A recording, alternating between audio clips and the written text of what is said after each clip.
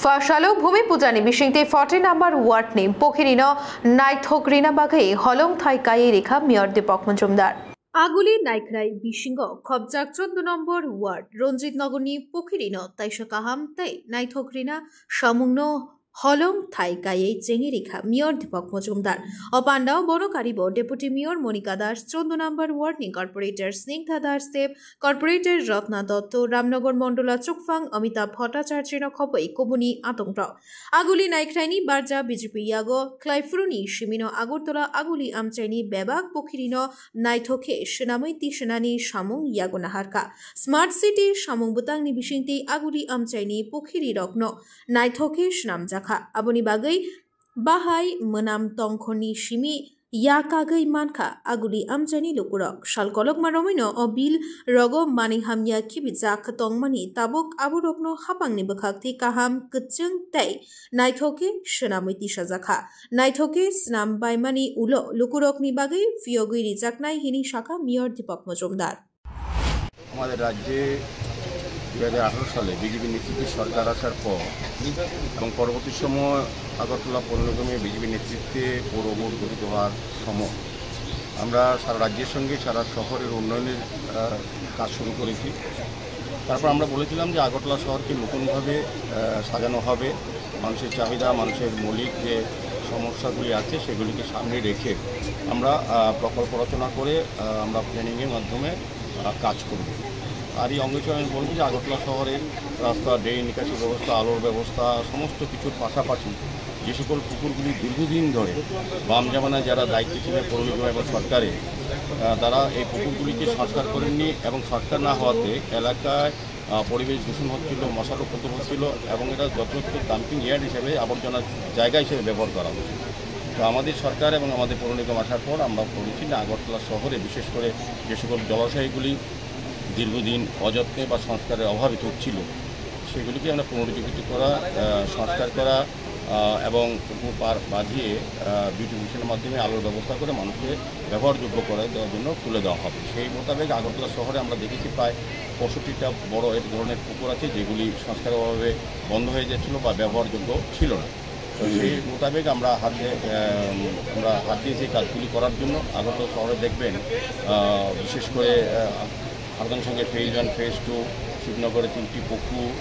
টিএনসির সঙ্গে যে পুকুরটা আছে, ছাত্রসংঘ পুকুর, দত্ত পুকুর, মন্ত্রীবাড়ি পুকুর, এগুলি আগরতলা শহরে বিভিন্ন জলাশয়গুলি আমরা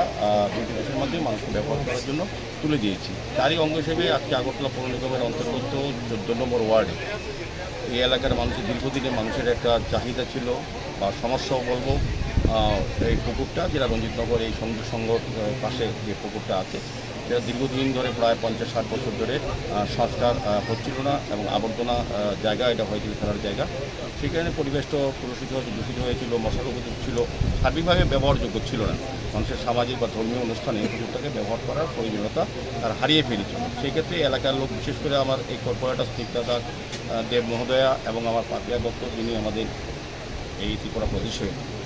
সহসভানেত্রী, উনিও এই এলাকার এই দুটি বাসিন্দা এই রামনগর বিধানসভায় এবং রামনগর আপামর জনগণ এই এলাকা যারা বসবাস করে বিশেষ করে তারা কিন্তু একটা দাবি বা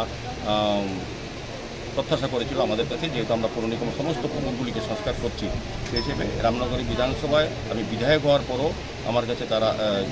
দাবি তুলেছিলেন বা আশা রেখেছিলেন। সেই মোতাবেক আমি বিধায়ক হিসেবে আমার একটা দায়িত্ব আছে এই এলাকার সার্বিক উন্নয়নের সঙ্গে রাস্তা, ড্রেন, নিকাশি ব্যবস্থা, আলোর ব্যবস্থা এবং পার্ক, ওপেন জিম নির্মাণ। আমাদের রামনগরে আমি বলবো যে আজকে আপনাদের মাধ্যমে এই পুকুরটা কিছু সংস্কার হয়নি, আমাদের 15 নম্বর ওয়ার্ডের একটা পুকুরের কাজ আমরা দিয়েছি, এই কাজটাও আমরা করছি। সার্বিকভাবে এই রামনগর বিধানসভা এলাকা সারা শহরের মধ্যে যে সকল জলাশয়গুলি আছে, যে রাস্তা, ড্রেন আছে, যে করার প্রয়োজনীয়তা আছে বা মানুষ চাইছেন, সেগুলি আমরা আগামী 2 বছরের মধ্যে আমি আপনাদের সাথে কথা দিচ্ছি যে 2 বছরের মধ্যে রামনগরের সমস্ত যাবতীয় উন্নয়নমূলক কাজ আমরা শেষ করতে পারবো। যেহেতু আমাদের সরকার আমাদের সাহায্য করছেন, আমাদের রাজ্যের মাননীয় মুখ্যমন্ত্রী প্রফেসর ডক্টর মানিক সাহা মহোদয় এবং ওনার সরকার আমাদের অর্থ দিয়ে সামগ্রিকভাবে আমাদের পৌর নিগমকে সহযোগিতা করছেন। মাননীয় মুখ্যমন্ত্রী প্রায়ই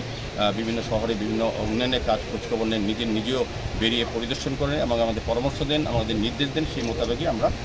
পৌর নিগম কাজ করছি সেই দিশায়। আমার আশা থাকবে যে এই পুকুরটা আমাদের প্রায় 1.5 কোটি টাকা খরচ করে আগরতলা পৌর নিগমের পক্ষ থেকে এই এলাকার মানুষের সুবিধার্থে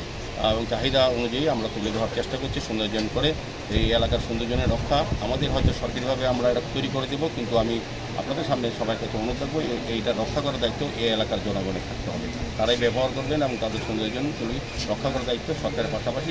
জনগণের টাকা দিয়ে এই কাজ করা হচ্ছে। কাজে জনগণের সম্পদ সরকার হিসেবে আমরা হয়তো করে দিচ্ছি, কিন্তু রক্ষা দায়িত্ব এই এলাকার লোকে থাকবে। কর্পোরেটররা আছেন এখানে, আমি এই এলাকার যারা নেতৃত্বরা আছেন তাদের কাছে অনুরোধ থাকবে সময় সময় তারা যাতে এখানকে দায়িত্ব নিয়ে দেখাশোনা করেন এবং কোনো রকম অসুবিধা হলে পৌর নিগমের গোচরে আনেন। আমাদের আধিকারিকরা, আমাদের যারা পৌর নিগমের এখানে অনেকেই আমাদের কর্পোরেটররা আছেন, আমাদের ডেপুটি কমিশনার আছেন, আমাদের অন্যান্য আধিকারিকরা যারা এই কাজগুলি করবেন বা দেখবেন সবাই আছে। আমি আবারও আজকে খুব আনন্দ দিয়ে আমি বলবো যে এই এলাকার মানুষের যে একটা সমস্যা বা কিংবা দাবি বা প্রত্যাশা, এটা আজকে ভূমি পূজার আনুষ্ঠানিক মাঙ্গলিক অনুষ্ঠানের মাধ্যমে কাজ শুরু হলে ভূমি পূজা হয়েছে, গঙ্গা মায়ের পূজা আহ্বান করা হয়েছে। মাঙ্গলিক অনুষ্ঠানের মধ্যে আমরা বিশ্বাস করি যে সমস্ত কাজেই মাঙ্গলিক অনুষ্ঠানের মাধ্যমে যে করা হয় সমস্ত অংশ মানুষকে যদি অংশগ্রহণ করানো যায়, সেই ক্ষেত্রে আমরা চাইব যে সরকারি উন্নয়নগুলি মানুষের প্রত্যেকটি ব্যক্তির কাছে যাতে সুফল পাওয়া যায় সেদিকে আমরা বিশেষ করে কাজ করি। Bureau report, খুমপই।